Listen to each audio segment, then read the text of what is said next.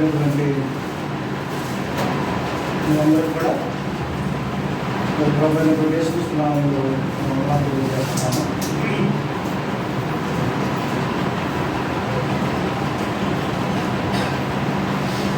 గత వారం మన ప్రసాద్ వాక్యం చెప్తున్నాడు. అంతకుముందు వారం మీకు గుర్తున్నోడిదేమో ఏం నేర్చుకున్నాము. నేర్చుకుంటే ధనులు అనేటువంటి ఒక సబ్జెక్టు మనం ప్రారంభించున్నాం. అంటే నేర్చుకుంటే అర్థం ఏంటంటే కంఠస్థ చేయడం లేదా అభ్యసించుట, అది ఒక అర్థం. రెండు, మర్చిపోకున్నట్లు క్రమముగా పదే పదే చేయడం. నేర్చుకోవడం అంటే పదే పదే చేయడం, మర్చిపోకుండా ఉండడం. మూడవది ఏంటంటే అర్థం, ఒక కార్యాన్ని అలవాటుగా చేసుకోవడం. ఇంకొక అర్థం ఏంటంటే ఎక్కువ ప్రావీణ్యతను సంపాదించుకోవడం. అదంటే 4 అర్థాలు ఉన్నాయి నేర్చుకోవడం. కాబట్టి క్రైస్తవ జీవితంలో మనం నేర్చుకోవాల్సింది ఏముందో కొన్ని విషయాలు పోయిన వారం కాకుండా ముందు వారం నేర్చుకున్నాం. అంటే మన భక్తి జీవితంలో కొన్ని నేర్చుకోవాల్సిన సంగతులు కొన్ని ఉంటాయి. వాటిని ఎప్పుడు మనం నేర్చుకుంటూనే ఉండాలి. నేర్చుకోవడం ఆపేసాం అనుకోండి, అభ్యాసం తగ్గిపోతే భక్తి జీవితంలో సమస్యలు ఏర్పడతాయి. ఒకసారి లూకా సువార్త 11వ అధ్యాయము, అంతకుముందు వారమే ఒకసారి నేను దీన్ని పరిచయం చేశాను మీకు. లూకా సువార్త 11వ అధ్యాయము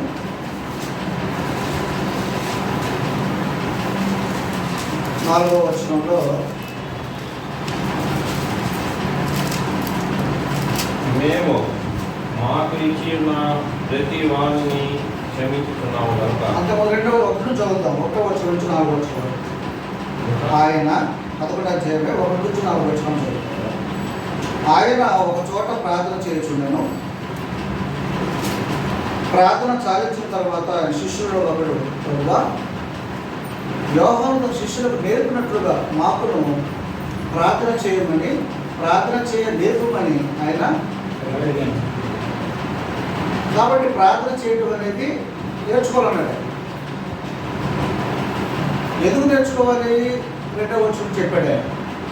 అందుకు ఆయన, మీరు ప్రార్థన చేయనప్పుడు, తండ్రి నీ నామం పరిశుద్ధపరచబడును గాక, నీ రాజ్యం వచ్చును గాక, మాకు కావలసిన ఆహారము దుర్గరం మాకు దయచేయము, మేము మాకు వచ్చి ఉన్న ప్రతి వారిని క్షమించున్నాము కనుక మా పాపములను క్షమించుము, మమ్మల్ని శోధనలోకి తేటము అని పరుగుడని వారితో. అంటే ఒక మాదిరికరమైనటువంటి ప్రార్థన ఆయన చేస్తున్నాడు, నేర్చుకోమంటున్నాడు. అంటే ఇదే చేయమని కాదు తన ఉద్దేశం. ఇందులో కొన్ని జరిగిపోయినాయి ఉన్నాయి, కొన్ని జరగవలసినవి ఉన్నాయి, కొన్ని జరుగుతున్నవి. కాబట్టి ప్రార్థన చేయడం ఎలాగో నేర్చుకోవాల్సిందిగా మనం గత వారం అంటే ముందు వారం మనం ఆలోచన చేసుకున్నాం. ఎందుకంటే మనకి ఎవరికి ప్రార్థన చేయడం రాదు. రోమపత్రిక 8వ అధ్యాయము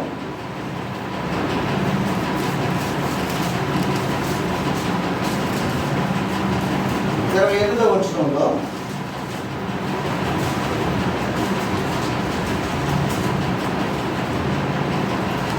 అటువలే ఆత్మ 26వ వచనం. రోమపత్రిక 8వ అధ్యాయము 26వ వచనంలో, అటువలే ఆత్మయు మన బలహీనతను చూసి సహాయం చేస్తున్నాడు. ఎలాగనగా మనం యుక్తముగా రాకు ప్రార్థన చేయవలనో మనకు తెలియదు కానీ అన్నాడు.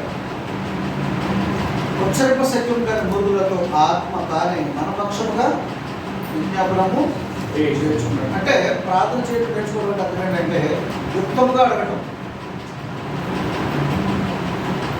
యుక్తం అంటే ఏం చెప్పారు అర్థం చేస్తాం మీకు? యుక్తము అంటే యుక్తిగా అనుకోవచ్చుకోండి. యుక్తము అంటే అర్థం ఏంటంటే అడగవలసిన దానిని, అడగవలసిన దానిని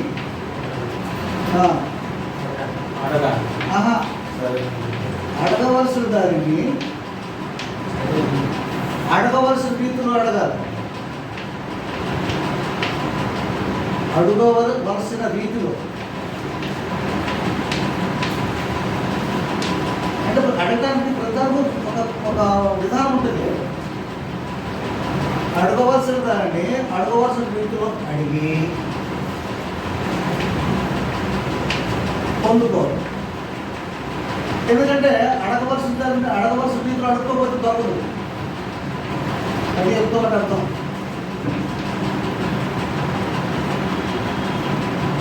కాబట్టి యుక్తంగా ప్రార్థన చేయడం మనం ప్రాక్టీస్ చేయాలి. మనకు ఎవరికి రాదు నిజానికి ప్రార్థన చేయడం. మనం ఎట్లాంటి ప్రార్థన చేస్తాం, అసలు సందర్భం లేని ప్రార్థన చేస్తాం. ఒకసారి మన ప్రార్థన మనకే చిరాకు పుడుతుంది వింటే. ఒకవేళ టేబుల్ కనిపెట్టి గురికనుక మనం వింటే ఇంటికి వెళ్ళిన తర్వాత మనం ప్రార్థన చేసింది కరెక్ట్గా మనకు కనిపించదు. అంటే అర్థం ఏంటన్నమాట, అడగవలసిన దానిని అడగవలసిన రీతిలో మనం అడగట్లేదని అర్థం. కాబట్టి నేను ఏం చేయమంటే ప్రార్థన కూడా నేర్చుకోండి, ప్రాక్టీస్ చేయండి. ఎందుకంటే ప్రార్థన అనేది ప్రతి క్రైస్తవుల జీవితానికి చాలా అవసరం. ప్రార్థన జీవితము ఫెయిల్. నువ్వెంత ప్రార్థన పడడం అయితే అంత మంచిది. నువ్వు ఎన్నిసార్లు ప్రార్థన చేస్తావు అనేది పాయింట్ కాదు, ఎలా చేస్తున్నావు అనేది పాయింట్. కాబట్టి నువ్వు పొందుకోవాలంటే ఎట్లా అంటే తప్పకూడదు. ఎందుకంటే మనం ఎవరి సన్నిధిలో ఉన్నాము అంటే దేవుడి సన్నిధిలో ఉన్నాం. ఒకసారి ప్రసంగ గ్రంథం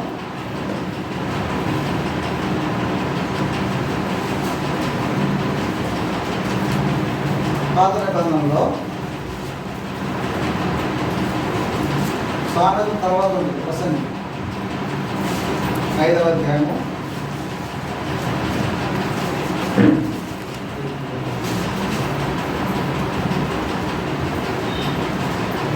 1వ వచనం చదువుతాం చూడండి. నీవు దేవుని మందిరంలో పోవునప్పుడు నీ ప్రవర్తన జాగ్రత్తగా చూసుకోండి అంటూ 2వ వచనం చదువుకుందాం. 5వ వచనం చదవలేదు, 2వ వచనం రండి. నీవు దేవుని సన్నిధిని అనాలోచనగా పలుకుటకు నీ హృదయమును త్వరపడనీయక నీ నోటిని కాచుకోము. మనం దేవుని సన్నిధిలో ఉన్నాం ప్రార్థన చేయడానికి. ఎందుకంటే అడుక్కోవాలి, ఆయన అడగకపోతే ఆయన ఎప్పుడు. మనకి ఎన్నో సమస్యలు ఉన్నాయి. సమస్యలు పరిష్కరించుకోవాలంటే ఆయన అడగాల, వేరే మార్గం లేదు మనకి. అడగాలంటే యుక్తంగా అడగాలన్నాడు ఆయన. కాబట్టి మనం ఏం చేయమన్నాడు ఇక్కడ 2వ వచనంలో, నీవు దేవుని సన్నిధిని అనాలోచనగా పలుకుటకు నీ హృదయమును త్వరపడనీయక నీ నోటిని దాచుకోము. ఎలా ఎక్కడి నుంచి వస్తే మాట కూడా హృదయం నుంచి రావాలి, మార్గం నుంచి రాకూడదు. నీ హృదయం నుంచి బట్టి ఎలా ఉండమన్నాడు ఆయన? అనాలోచనగా ఉండకూడదంట. మరి ఎలా ఉండాలి? ఆలోచించి ప్రార్థన చేయాలి. నువ్వు ఎవరి సన్నిధిలో ఉన్నావు? దేవుడి సన్నిధిలో ఉన్నావు. ఏదైనా మాట్లాడకూడదు ప్రార్థనలో. నేర్చుకోమన్నాడు. త్వరపడియక ఏమన్నాడైనా నీ నోటిని దాచుకోము. ఒకవేళ నీకు త్వరపడే ఆలోచన ఉంటే ఏమన్నాడైనా నోటిని దాచుకో. ఎందుకంటే దేవుడు ఆకాశం ఉన్నాడు, నువ్వెక్కడున్నావు? భూమి మీద ఉన్నావు. కావున నీ మాటలు ఎలా ఉండాలంటే కొద్దిగా ఎక్కువగా మాట్లాడటం అర్థం ఏంటంటే ఆలోచించి మాట్లాడు, కొద్దిగా మాట్లాడు. 10 మంది ప్రార్థన చేసే టైమే తెలియదు. ఆయన చెబుతాడు కాదు, అసలు వడకముందే తెలుసు. కానీ అడగాలి కాబట్టి అడగాలి. మనం కొన్ని ఆటోమేటిక్గా దొరుకుతాయి బిడ్డలకి, కొన్ని అడిగితే కానీ దొరకవు. ఇప్పుడు అన్నం ఉంది, ఆటోమేటిక్గా దొరుకుతాయి. అడగాల్సిన అవసరం ఉంది, అన్నం పెట్టమని. కానీ కొన్ని అడిగి తెచ్చుకోవాలి. అడగకపోతే తండ్రి కూడా తెలిసిన ఎప్పుడు. ఎందుకని వాడు అడిగినప్పుడు ఇద్దామని.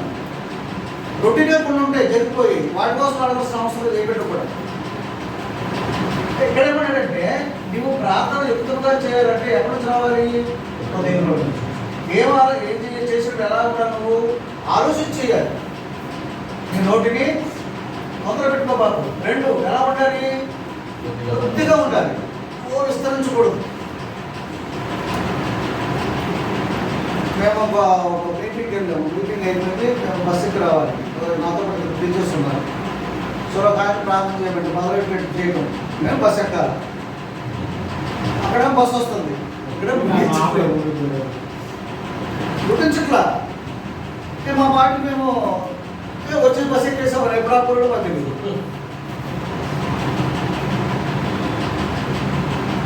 అదే మనం చెప్పేది, ఆలోచించి ప్రార్థన చేయడం నేర్చుకుంటే తిరిగి పొందడం ఈజీ అవుతుంది. అదనమాట ఇక్కడ చెప్పింది ఆయన.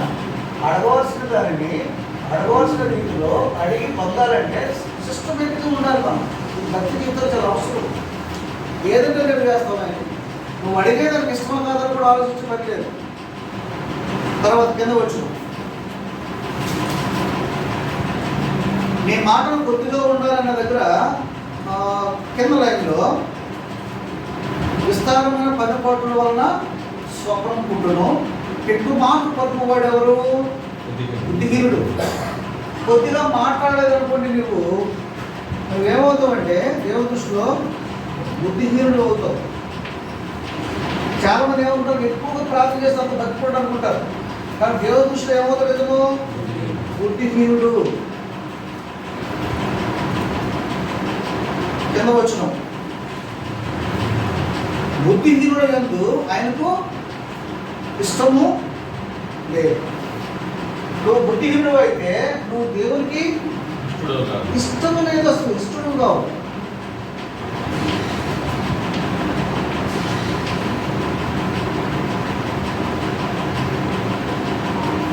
ఆలోచన, నీ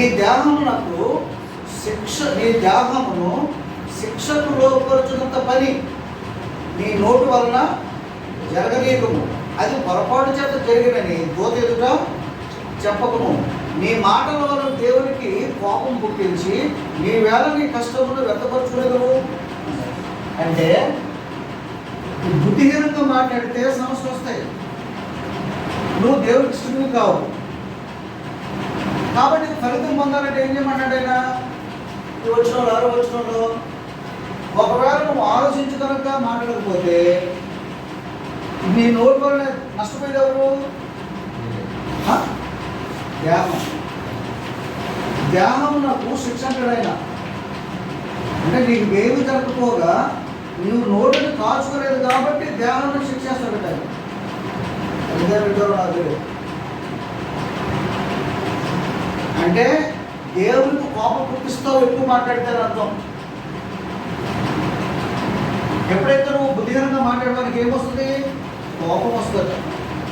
కానీ నువ్వు అడిగితే ఏం రావాలండి? ప్రేమ రావాలి. కోపం వస్తుంది. కారణం ఏంటంటే మనకు ప్రాక్టీస్ నేర్చుకునే విధానం లేదు. మేము అందరం ప్రార్థన చేస్తాం, మన అందరికి ప్రార్థన చేయడం రాదు. ఎందుకని? ప్రాక్టీస్ లేదు. ఎట్లా మాట్లాడతాం.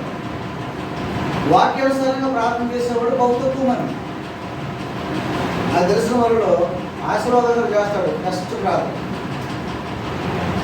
మిగతా వాళ్ళందరూ నేను ఎక్కడ వెళ్ళా, నేను కూడా చేయలేను. మనం చెప్పాను కదా మీకు, నాకు ప్రార్థన చేయటం రాదు. నేర్చుకోవడానికి ప్రయత్నం చేస్తాను నేనైతే. అందుకే భయం ప్రార్థన అంటే నాకు అట్లానే చేయడం రాదని కదా ఉద్దేశం. ఎందుకంటే పొందుకోవాలంటే ఏం చేయమన్నాడు? ఆలోచించి ప్రార్థన చేయాలి. విస్తరించక్కర్లా, మాట్లాడక్కర్లా, పెద్ద బతుకులాగా 4 మాటలు చాలు. యేసుక్రీస్తు ప్రార్థన నేర్పిస్తూ 5వ అధ్యాయం మత్తయి సువార్త 6వ అధ్యాయం.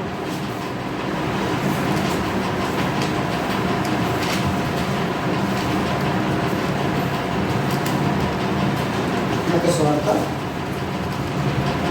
6వ అధ్యాయం. ఇక్కడ కూడా సేమ్ అదే ప్రిన్సిపల్స్ ఉంటాయి. 6వ అధ్యాయము 5వ వచనం చూడతారు. మరియు మీరు ప్రార్థన చేయనప్పుడు వేషధారణ వలె ఉండవద్దు, మనుషులు కనపడవాలని సమాజ మందిరంలోనూ వీధుల మూలలో నుంచి ప్రార్థన చేయట నాకు ఇష్టం. వారు తమ ఫలం పొంది ఉన్నారని నిత్యంలో మీతో చెప్తున్నారు. నీవు ప్రార్థన చేయనప్పుడు నీ గదిలోనికి వెళ్ళి తలుపు వేసి రహస్యమును నీ తండ్రికి ప్రార్థన చేయము, అప్పుడు రహస్యమును చూచి నీ తండ్రి నీకు ఏం చేస్తాడో ప్రతిఫలము ఇస్తాడు.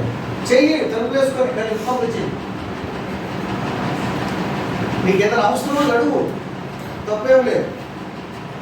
తర్వాత 7వ వచనం, మరి మీరు ప్రార్థన చేయనప్పుడు అన్ని జనుల వలె వ్యర్థమైన మాటలు వచ్చుకోవద్దు.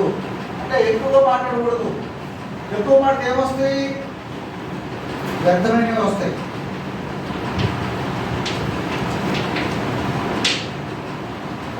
ఇప్పుడు చాలా చర్చల్లో చూస్తున్నాం మనం. ప్రభుత్వం తీసుకొచ్చడం కానీ తప్పులకు ప్రార్థన చాలా మంది ఉన్నారు. మన కోసం ప్రాణపెట్టేది కుమారుడు అయితే నీ కొరకు ప్రాణపెట్టేదని పదాలు వాడుతూ ఉంటాం, సహజంగా వస్తూ ఉంటాయి. మనం తప్పట్టు పెట్టడానికి చెప్పకూడదు, కానీ ఆలోచించి ప్రార్థన చేయాలి. ఎందుకంటే మన కోసం ప్రాణపెట్టింది ఎవరు? తండ్రి కాదు, కుమారుడు. నీ రక్తం అనకూడదు, నీ శరీరం అనకూడదు. నీ కుమారుడి శరీరం అనాలా, నేను నీ కుమారుడి యొక్క రక్తం అని చెప్పాలి. కానీ దురదృష్టంగా నేను చాలా పెద్ద చర్చలో కూడా నీ శరీరము నీ రక్తం. కాబట్టి ఇప్పుడు ఆలోచించడం చేసాడు అతను, వ్యర్థమైన మాటలు మాట్లాడా, వ్యర్థమైన మాటలు. దానివల్ల ఏమో సమస్య వస్తుంది, దేవుడు కోపం వస్తుంది. కాబట్టి ప్రభు ఏమంటాడంటే ఆయన, మీరు ప్రార్థన చేయనప్పుడు అన్ని జనుల వల్లే వ్యర్థమైన మాటలు వచ్చిపోవద్దు. ఒకరు వ్యర్థమైన మాటలు వచ్చిపోమనుకోండి, ఎవరివి క్రైస్తవుడు కాదు, ఒక అన్యుడివి. అన్యుడంటే చేస్తాడు ఎట్టండి అట్లా, కానీ క్రైస్తవుడు చేయకూడదు. నేర్చుకోవాలి. ఏదో వచ్చి తర్వాత వచ్చిన విస్తరించి అనుజన వల్ల వ్యర్థమైన మాటలు వచ్చిపోవద్దు. విస్తరించి మాట్లాడటం వలన తమ మనం వినబడిన వారు తలచుచున్నారు. ఎవరు? అనుజనులు. మీరు వారి వలె ఉండకుడి. మీరు మీ తండ్రిని అడుగుకున్నవే, మీకు అక్కడగా ఉన్నవే అని తెలియను. అసలు మీరు నోరు తెచ్చినట్టు అర్థమైపోతాయి, ఓ నా బిడ్డకు సరిగ్గా వస్తాడని. కానీ ఉన్నదెవరు? తండ్రి, మహోన్నతుడైన దేవుడు. ఆయన ముందు నోరిపోయేటప్పుడు చాలా జాగ్రత్తగా ఉన్నారు. అది ఇక్కడ నేర్చుకుంటున్నారు. మనం ఏది నేర్చుకోం, దేవుడి కనుక పద్ధతి ప్రకారం నేర్చుకుంటే మన భూమిని కూడా పద్ధతి ప్రకారంగా జీవిస్తాం. దేవుడితో ఎట్లా మాట్లాడేస్తున్నాం మనం నేర్చుకుంటాం కాబట్టి ఎవరితో కూడా ఎట్లా మాట్లాడేస్తాం. అట్లా కుదరదు. అది ఏం నేర్చుకోవాలంటే మనం భక్తి జీవితంలో మొట్టమొదటిగా ఏం నేర్చుకోవాలంటే ప్రార్థన నేర్చుకోవాలి. ప్రాక్టీస్ ఇంటికెళ్ళి చేసుకోండి. ఎవరైనా మనకంటే వెళ్ళిపోతుంది చేసుకుందాం, తప్పే లేదు. నేర్చుకోకపోతే నువ్వు ఈ ఫలితం పొందలేదు. అది కప్పులు అందరూ చేస్తాం, నాకు సర్దిద్దుకున్నవాడే మనిషి. అందుకే సిస్టమ్ ఏం పెట్టాడంటే, ఇంత చదువు రామపత్రిక చదువుకున్న తర్వాత యుద్ధములు ఎలాగో చేయడం కుదరదు కాబట్టి, ఇటువంటి సమస్యలు ఉన్నాయి కాబట్టి మనకి ఇవ్వబడిన గొప్ప ఆధిక్యత ఏంటంటే మన ప్రార్థన ఎవరు తీసుకుంటారు? పరిశుద్ధాత్మ తీసుకుంటారు. తీసుకొని ఏం చేస్తారైనా ఫిల్టర్ చేస్తాం. అదే మనకి ఇవ్వబడిన బాధ్యత. అంటే ఒక విధంగా చెప్పాలంటే దేవుని కోపము మనల్ని తగ్గించడానికి పరిశుద్ధాత్మ పనిచేస్తున్నాడు. అందులో బాప్తిసం పొందిన వాళ్ళకి ఇచ్చిన ఒక భాగ్యం అది. బాప్తిసం పొందితేనే పరిశుద్ధాత్మ వస్తాడు. దాని వాడు అతను అడ్డేస్తాడు కనుక అంటే దేవుడు అడుగుతాడు, శిక్షకులు చేయొద్దని. కాబట్టి ఏమైనా తప్పులు ఉంటే ఆయన తీసివేసి ఆయన కొంత కలిపి మన పక్షంగా అడుగుతాడు అన్నమాట. ఎక్కువ అందుకు మనం జీవించుకున్నాం.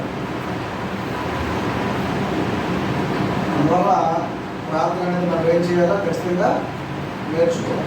ఇంకొక పాయింట్ నేర్చుకున్నాం. చెస్లో రాసినటువంటి మొదటి పత్రిక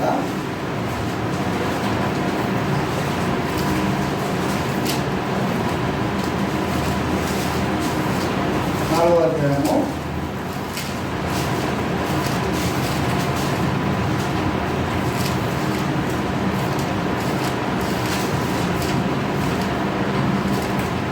11వ వచనం. మెట్టుకు సహోదరులారా, బాప్తిసంతో మాట్లాడుతున్నాను. మేము అంటే అపొస్తలుడు ప్రభువైన యేసు ద్వారా మీకు ఇచ్చిన ఆజ్ఞను మీరు ఎదుగు. అపోస్తులు ఎవరి దగ్గర పొందారు ఆజ్ఞ అంటే ప్రభు చేసుకొని పొందారు. ఎవరికి ఇస్తున్నారు ఈ ఆజ్ఞ అంటే సంఘానికి ఇస్తున్నాడు ఆయన. మీరు ఎరుగుదురు అంటే మీకు తెలుసు రెండవ వచనం కాగా మీరు ఎలాగూ నడుచుకొని దేవుని సంతోషపరచవలెనో, గుర్తుపెట్టుకునే పదాలు, మీరు ఎలాగూ నడుచుకొని దేవుని సంతోషపరచవలెనో మా వలన నేర్చుకునే ప్రకారంగా మీరు నడుచుకుంటున్నారు. ఈ విషయంలో మీరు అంతకంతకు అభివృద్ధిని ఉండవలనని మిమ్మల్ని వేడుకొని ప్రభు యేసునందు ఏం చేస్తున్నాడు అంటే హెచ్చరించుచున్నాము. ఇప్పుడు ఆజ్ఞలు ఇచ్చున్నాడు ఆయన సంఘానికి. అది ఏం చేయమన్నాడు ఆజ్ఞలు? ఆయన నడుచుకోవాలంటే నడుచుకొని దేవుడు సంతోషపరచాలంటే మా వలన నేర్చుకున్న ప్రకారం మీరు నడుచుకుంటున్నారు. అంటే సంఘము ఎవరి దగ్గర నేర్చుకోవాలి?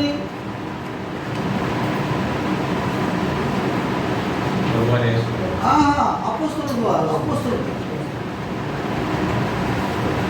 అపోస్తులు ఎవరి దగ్గర నేర్చుకున్నారు? యేసుక్రీస్తు. ఏంటి ఇక్కడ నేర్పింది? ఎక్కడ వీడు ఏమన్నాడు వచ్చినాడు?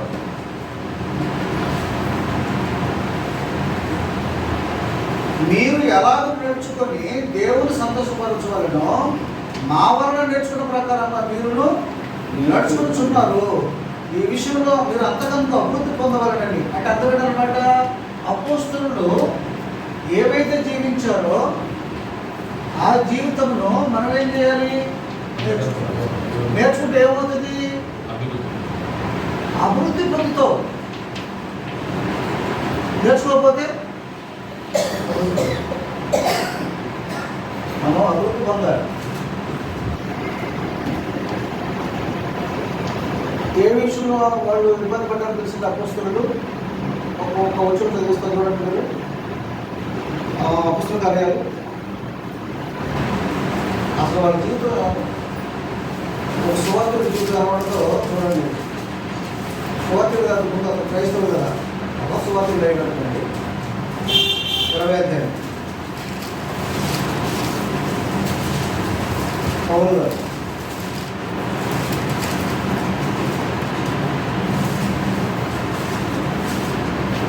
వచ్చు.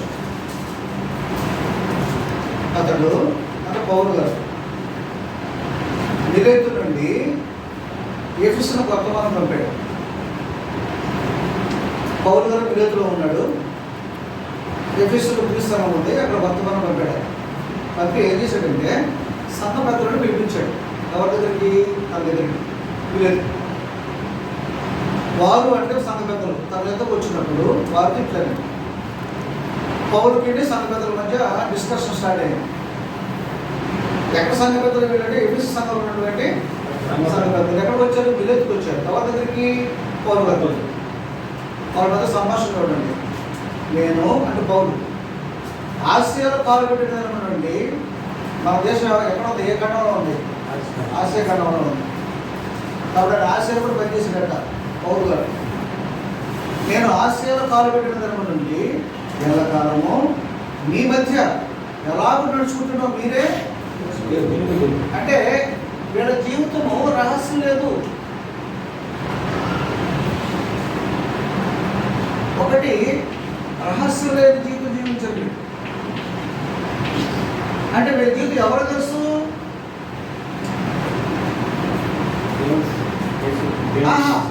ఎవరితో మాట్లాడుతున్నాడైనా? సంఘ పెద్దలతో మాట్లాడుతున్నాడు. అంటే ఓపెన్గా చెప్తున్నాడు. ఏమని? నేను ఆసియాలో కాలు పెట్టిన తరపునండి ఎల్లకాలము మీ మధ్య ఎలాగ నడుచుకుంటుంటే ఎవరో తెలుసు? మీకే తెలుసు. ఇదేం సీక్రెట్ కాదు. అంటే ఒక సంఘ సభ్యుని యొక్క జీవితం ఎవరు తెలియాలి? మరో సంఘ సభ్యుని తెలియాలి. కానీ మన జీవితంలోనే రహస్యాలు చాలా. ఓపెన్ జీవితం మన దగ్గర నేను ఎప్పుడు లేదు. నేను ఎక్కడ వెళ్తాను మీకు తెలియదు, మీరు ఎక్కడ వెళ్తున్నారో నాకు తెలియదు. మీరేం చేస్తారో నాకు తెలియదు, నేనేం చేస్తానో మీకు తెలియదు. సీక్రెట్స్ అన్నీ చెప్పాం. చెప్పేది కూడా ఎంత చెప్పాలో అంతా చెప్తాం. కాను పోవాలి అట్లా నేను ఎలా నడుచుకుంటున్నా మీరే ఎరుగుతురు. 19 వచ్చిన యూదుల పుట్ర వలన నాకు శోధనలు సంభవించున్నాను అన్నాడు ఆయన. యూదులు అంటే ఎవరు? సొంత వారు. సంఘంలో యూదులు ఉన్నారు. ఇతను ఎవరు? ఇతను యూదులే. కానీ ఎవరి వల్ల సమస్య వచ్చినాయి? ఎందుకు శోధనలు వచ్చినాయి? యూదుల వల్ల వచ్చినాయి. సొంత వర్గం నుంచి సమస్యలు వస్తాయి. ఇప్పుడు మనకెవరు సమస్యలు వస్తాయి? సమస్య నుంచే వస్తాయి. ఎక్కడో పుట్టరేయుడు మనతో ఉంటారు, మన వెనకాల ఉంటారు. మనకేం చేస్తారు? శోధనలు పుట్టిస్తారు. ఇదేమి ఈ రహస్యం కాదు, ఓపెన్ ఇది. నేను ఏడిపించేది, దీన్ని బాధ పెట్టేది ఎవరు? సంఘస్థుడే. కుట్ర చేసేది ఎవరు? సంఘస్థుడే. ఆయన ఏమన్నాడు చూడండి, యూదుల కుట్రల వలన నాకు శోధనలు సంభవించున్నాను, కన్నీళ్లు విడుచుచు పూర్ణమైన వినయభావంతో నేను ఎలాగూ ప్రభువు సేవించుంటునో మీకే తెలియను.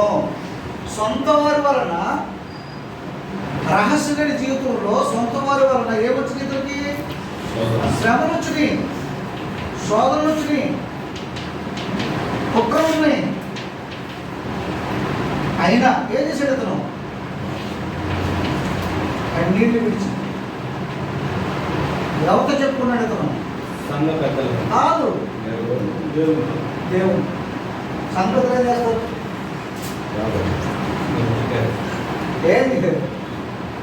కన్నీళ్ళు విడిచుచు ఒకవేళ యూదుల కుట్రల వలన శోధనలు వచ్చినప్పుడు ఏం చేయలేక తిరిగి ఏం అనలేక వాళ్ళని వచ్చి కన్నీళ్లు కారుస్తూ దేవునికి మొరపెట్టాడట, అయ్యా నీ ఇష్టం అని. మనం ఏం చేస్తాము? వాడి తిట్టేదాకా మనం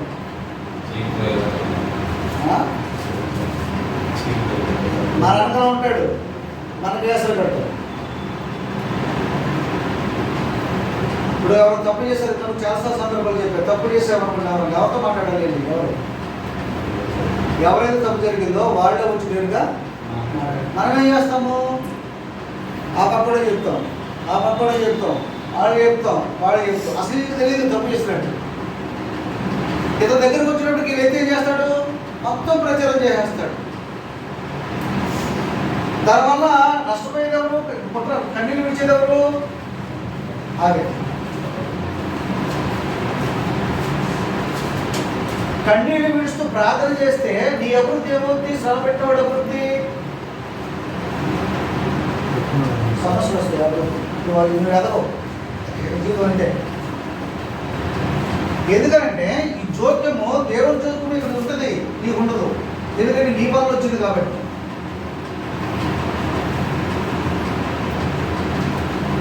అందుకే ప్రాక్టీస్ చేయాలి మనం.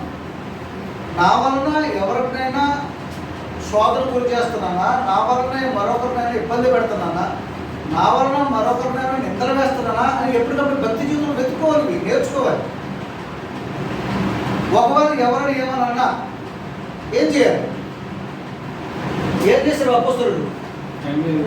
కన్నీళ్ళు విడుచుచు పూర్ణమైన వినయ భావంతో, ఏ భావం? వినయ భావంతో ఏం చేశాడు ఆయన? అంతే, ప్రార్థన చేశాడు. తిరిగి అంటాం లేదు, మనమైతే అట్లా కదా ఉంచుకుంటాం. నన్ను అంటాడా, అట్టంటాడా, ఇట్టంటాడా, అసలు వాడి బతికంత, నా బతికంత, వాళ్ళ ఆఫ్టర్ వీటిలు నాది చూడు, నన్ను చూడు, నాది చూడు, ఇది కూడా అతని స్థాయి అండి, నా స్థాయి అండి. ఇదంతా అనడానికి కారణం ఏంటంటే మీ ఎవరికి కుట్టుకోవడానికి కారణం. అపోస్తలుడు పవర్స్ ఉన్నాయి ఇతనికి, ఎవడేదంటే జరిగిపోద్ది. అయినప్పటికీ ఇతను ఏం చేశాడు? తన సామర్థ్యమే ఖర్చు పెట్టకుండా ఇంట్లోకి వచ్చి ఏడుస్తూ దేవుడికి మొరపెట్టుకున్నాడు. అయ్యా నా సొంత వారి వల్ల నాకు శోధన వచ్చింది తండ్రి. పైగా నా జీవిత రహస్యం కాదు, అందరూ తెలుసు ఎలా జీవించాను. అయినప్పటికీ నా సొంత ప్రజలు నన్ను చాలా ఇబ్బంది పెట్టారు. ఇవాళ వినయ భావంతో ప్రార్థన ఇది మనం ప్రాక్టీస్ చేయాలన్నాను. ఎవరు వస్తాయి, ఎవరి నుంచి రావండి, మన పక్కన నుంచి వస్తాయి. మన పక్కన కూర్చున్న వాళ్ళు మనం చూసి నవ్వుతారు, మన పక్కన చూసిన వాళ్ళు మనం చూసి హేళన చేస్తారు. అట్లని మనమేమి ఇదే ఒకరిలా నీకు కష్టం వస్తే తిరిగి అడగాల్సిన అవసరం లేదు. ఎవరు చెప్పాలి? యాక్చువల్ ఎవరు చెప్పాలి? నువ్వు నొచ్చుకున్నావంటే నీ నొచ్చుకున్న సంగతి ఎవరు తెలియాలి? చాలు, ఆయన ఎదురుతో చాలా చూసుకుంటాడు. కానీ మనమే పక్క తెచ్చేసుకుంటే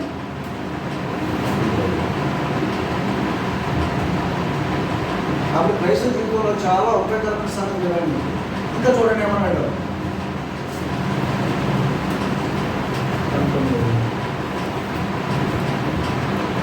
వచ్చిన బంధములను శ్రమలను నా కొరకు కాచుకుని ఉన్నవని పరిశుద్ధాత్మ ప్రతి పట్టణంలోనూ నాకు సాక్షి నుంచి ఉండడం తెలియను.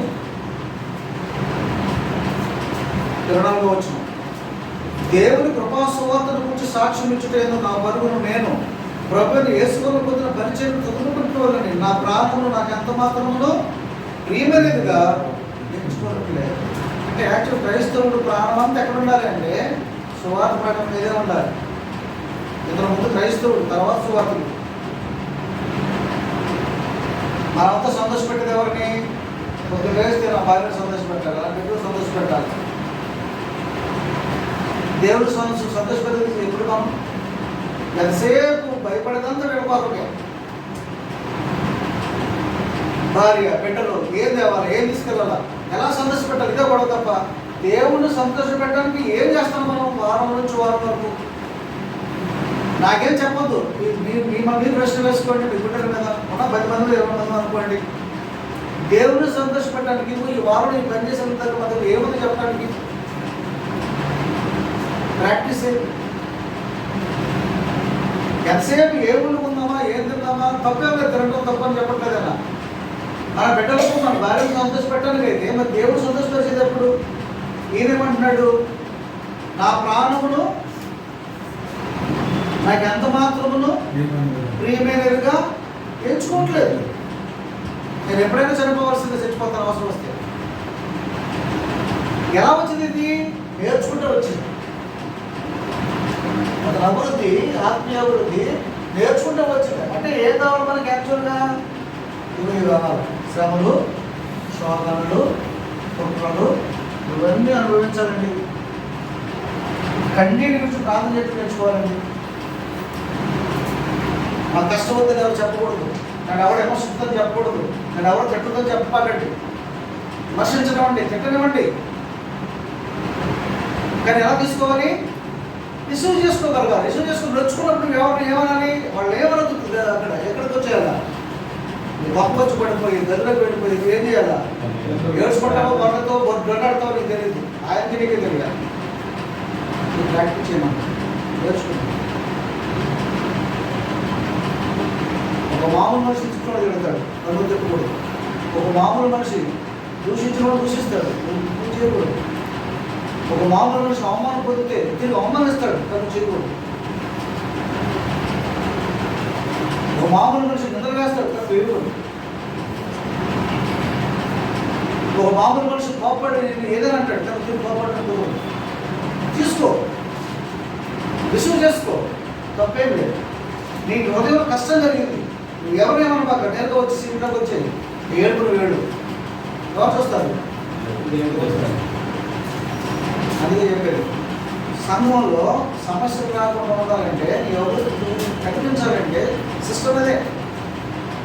వివాదాలు ఉండకుండా ఉండాలంటే సిస్టమ్ అదే. అనుభవించాల్సిన తప్పదు. ఏం జరిగింది? శ్రమలు, శోధనలు, కుట్రలు.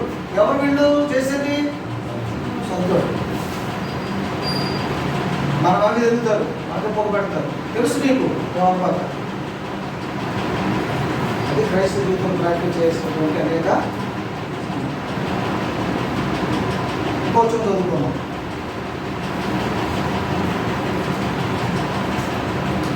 వికీపీడియా కారణం పాత నిబంధనలో 31వ అధ్యాయము 12వ వచనం.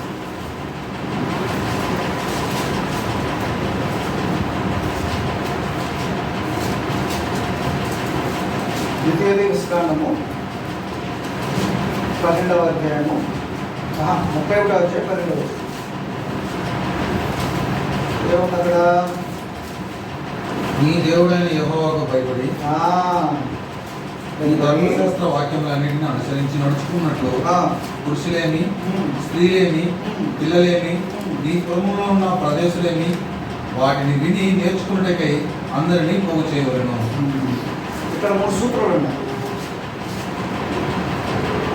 ఇప్పుడు అనుసరించాలంటే ఏం చేయాలి? ఒక వ్యక్తి అనుసరించాలి అంటే వినాలి.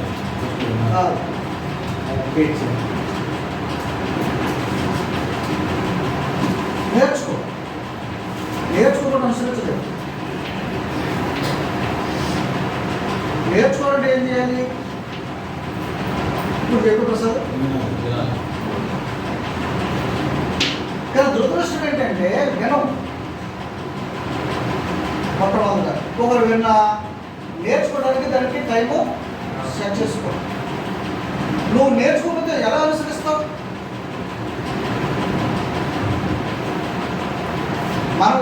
మనం ఇదే ఎంతసేపు? వారంలో గంట కూడా కాదు, 45 నిమిషాలు. 45 నిమిషాలు విన్నది 45 నిమిషాలు లోపలికి వెళ్దాం, ఒక 20 నిమిషాలు వెళ్తాయి.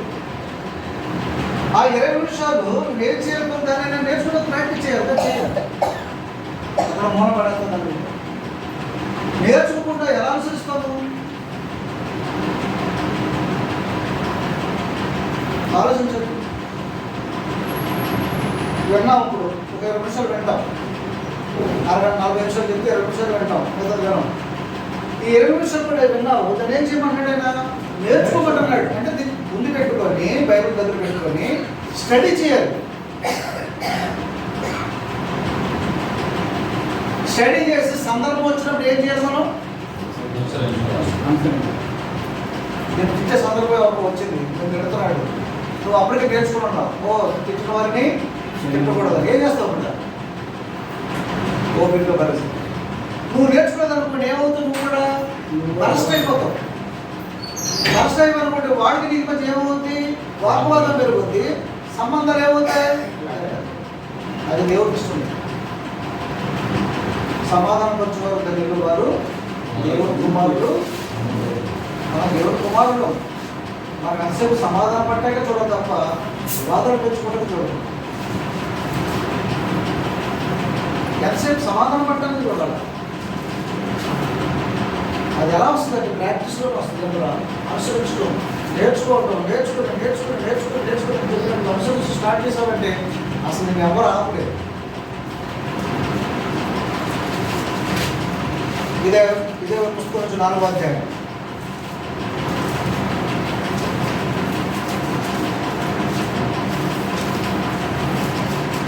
రెండవ వచనం, 1వ వచనం చదువుతాను. కాబట్టి ఇశ్రాయేలులారా, మీరు బ్రతికి మీ పితరుల దేవుడు యెహోవా మీకు ఇచ్చిన దేశంలోకి పోయి స్వాధీనపరుచుకున్నట్లు మీరు అనుసరింపవలసిన విధులను, కట్టడలను. చూడండి ఏమన్నాడు? మీరు అనుసరింపవలసిన విధులను, కట్టడలను నేను మీకు బోధించున్నాను. ఎందుకు బోధిస్తున్నాను? మీరు అనుసరించడానికి. కాబట్టి వినండి. మొదటి రోజున చెప్పాడు, మీరు అనుసరించవలసిన విధులను, కట్టడలను నేను మీకు బోధించున్నాను, వినుడి. వింటే నేర్చుకుంటావు, నేర్చుకుంటే అనుసరిస్తావు. ఇది సూత్రం.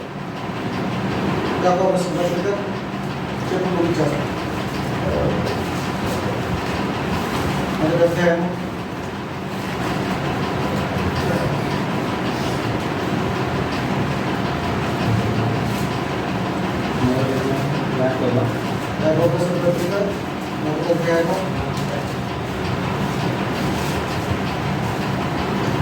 21 చదువుతాం. ఎందుకనగా నరుని కోపము దేవుని మంది చేత సమస్త కల్మషమును విర్రవీగుచున్న దుష్టత్వము కానీ పదవి గుర్తుపెట్టుకోవాలి మీరు. సమస్త కల్మషమును విర్రవీగుచున్న దుష్టత్వము కానీ లోపల నాటబడి నీ ఆత్మను రక్షించుటకు శక్తిగల వాక్యమును సాత్వికముతో అంగీకరించాలి. నువ్వు అంగీకరించాలని ఏముండాలి? సాత్వికం ఉండాలి. ఎవరు సాత్వికం? మీకు నొప్పించే మాట ఒకటి చెప్పలేమో నడుము నుంచి ఈ రియాక్షన్ చూద్దాం. ఇప్పుడు నేను ఎవరైనా మనం నొప్పించడానికి కదా మదవాడారు అనుకోండి, మీ మొక్కలు ఎలా ఉంటాయా? అంటే మారిపో అంటే ఏముంది? ఇప్పుడు ఏం తీసుకునిపోతున్నాము? సాత్వికముతో వాక్యమును తీసుకునిపోతున్నాం. ఎందుకు? కారణం ఏంటి? లోపల ఏముందన్నాడు ఆయన 21వ వచనంలో? ఒకటి కల్మషం ఉంది, రెండు విర్రవీగ దుష్టత్వం ఉంది. నన్ను అంటాడా?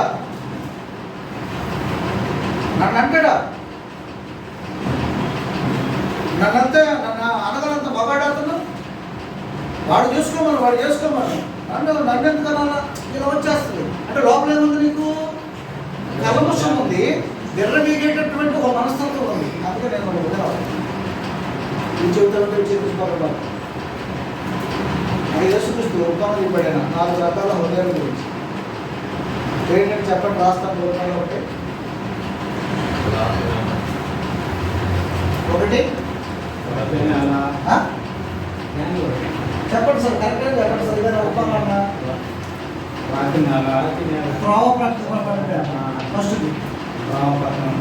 కదా. రెండు రాతి నేల,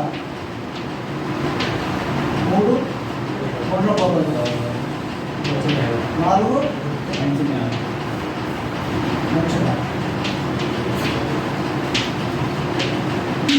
ఇటువంటి 3గా ఈ హృదయాలు ఎక్కువ ఉన్నాయి, తక్కువ ఉంది. ఈ మంచి నేల ఏం చేస్తుందంటే దీన్ని తీసుకుంటుంది, విసుగు చేసుకుంటుంది వాక్యాన్ని. ఇవేం చేస్తాయి? తీసుకో. అది ఏం రాదు, ఫలితం రాదు, అబద్ధులు.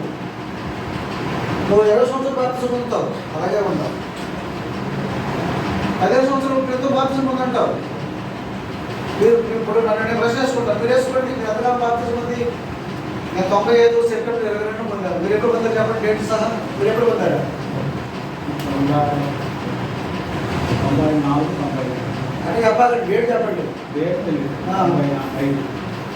ప్రసాదం ఎప్పుడు పొందావు? పరమేశ్వరుడు అభివృద్ధి ఎంత కనపడుతుందని నేను ప్రశ్న. పొందావు అందరం. మీరు ఎప్పుడు పొందావు? ఎవరు తెలుసు?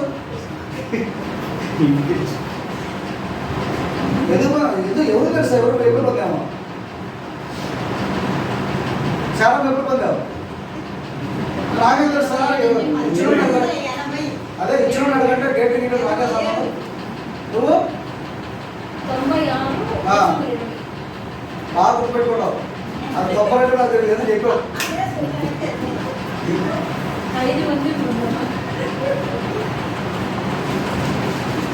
శ్రీను బాగలేదు, అడగట్లేదు. ఏమమ్మా ఎప్పుడు పొందావు?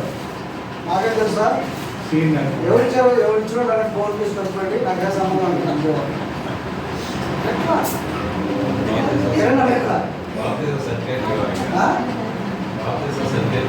సరే, ఎందుకు సర్టిఫికేట్ ఎవరికి కావాలా? నువ్వు పొందుతుంది నిజమైతే నీకు ఏం కనిపించాలా? అభివృద్ధి కనిపించాలా? దేంట్లో? జీవితంలో. ఇంకా నువ్వు మామూలు మనుషులుగా ప్రవర్తిస్తున్నావు, మామూలు మనుషులుగా ఆలోచిస్తున్నావు అంటే అర్థం ఏంటి? నీ బాప్తిజం ఏమైంది? ఫెయిల్ అయింది. ఎప్పటికీ అంటే 3 హృదయాలు అనమాట. మంచిగా కాదు. యేసు స్థితిని చెప్తాను ఒప్పుకున్నా. అందుకే ఇది ఎవరి పాటనే మనం ఆలోచించుకోవాలా. ఎవరైతే వింటున్నామో మనం ఎందుకు వింటామంటే సరి చేసుకోవాలి. ఇదంతా ఎందుకంటే అనుసరించాలి కాబట్టి.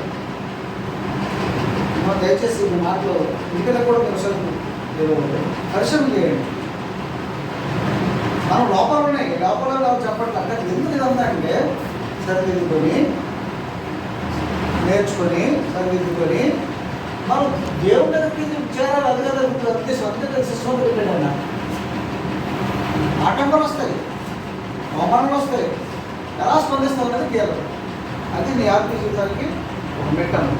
కాబట్టి అంత శ్రద్ధగా ఉన్నారు మీరు. మరి మూడు నచ్చినాలో ఏ నెలలో నాకైతే తెలియదు, మీరే నిర్ణయించుకోండి. నేను చెప్పేది కోపం వస్తాయి, మరి మీరు కోపం తెచ్చుకోవడం నాకు ఇష్టం లేదు. కాబట్టి మీరే ఈ వాక్యం దగ్గర పెట్టుకొని ఎవరైతే మీరు చూసుకొని అందరం తమ జీవితాన్ని తను మార్చుకుంటూ ఉన్నతమైనటువంటి ఒక అభివృద్ధిని మనం అందరూ వెళ్ళాలని కోరికలు నచ్చించుకుంటూ వాక్యం చూస్తున్నప్పుడు అందరూ